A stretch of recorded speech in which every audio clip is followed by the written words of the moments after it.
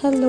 तो जैसा कि मैंने प्रॉमिस किया था कि मैं 9 अगस्त के प्रोग्राम को लेकर एक फुल वीडियो लेकर आऊँगी, तो ये रहा वो full video.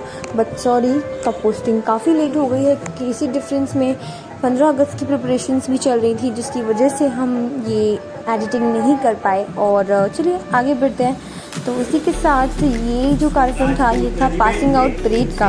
Passing out parade का मतलब है एक टोली, एक टीम जिसका ट्रेनिंग चल रहा था, अब वो अपने इस पड़ाव को पार करके अपने अगले पड़ाव के लिए आगे बढ़ रही है। तो ये था हमारा पहला अग्निवीर बैच, जो भारतीय सेना और हमारी देश की रक्षा के लिए पहली बार सबमिट की गई है। ये 250 से ज़्यादा लोगों की टोली है, जिसमें इन लोगों की ट्रेनिंग काफ़ी दिनों से, काफ़ी हफ्तों से लगातार चल रही थी। और आज हमें इनकी सज्जता, इनकी एकता और इनके अनुशासन की एक छोटी सी झलक देखने को मिल रही है।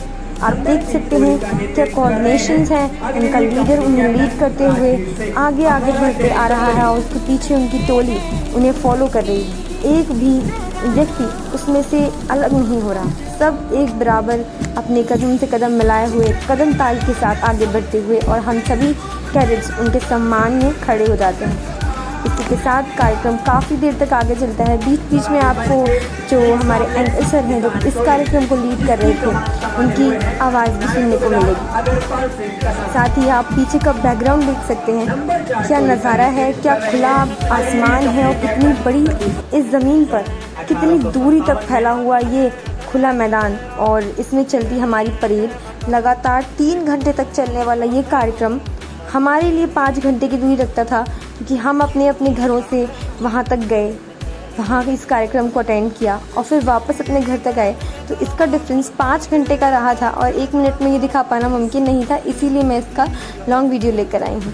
और इसी के साथ परेड आप देख सकते हैं कितनी क्लियर है, और साथ में हमारे सीनियर कमांडर ऑफिसर्स और भी कई सारे सेनाधिकारी हमारे उस तरफ वाली कुर्सी में बैठे थे। साथ ही हमारे साथ और भी विद्यालयों के बच्चे थे और भी बटालियंस के एनसीसी के कैडेट्स थे जो हमारे साथ बैठे हुए थे, जो इस नज़ारे को देख रहे थे। उन सभी को इनसे इंस्पिरेशन मिलनी चाहिए कि आगे जाकर हमें भी ऐसे ही किसी टोली में शामिल होकर अपनी वीरता की इस छोटी सी झलक को दिखाना है, लोगों को दिखाना है कि हम भी भारत के निवासी हैं, आज़ाद भारत के, और इसकी सेवा के लिए हमेशा तत्पर।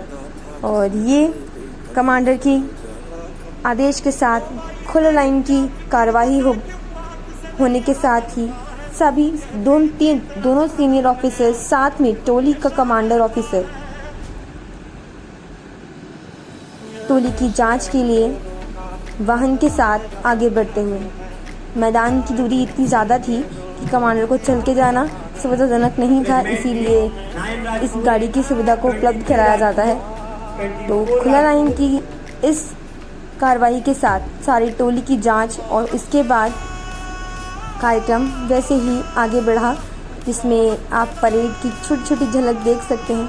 वीडियो काफ़ी अनस्टेबल होती है क्योंकि रिकॉर्डिंग की लगातार परमिशन नहीं मिलती। हम लोग बीच बीच में शॉट्स लेते हैं, वो भी विदिन परमिशन लेते हैं, परमिशन के बिना तो कुछ होता ही नहीं।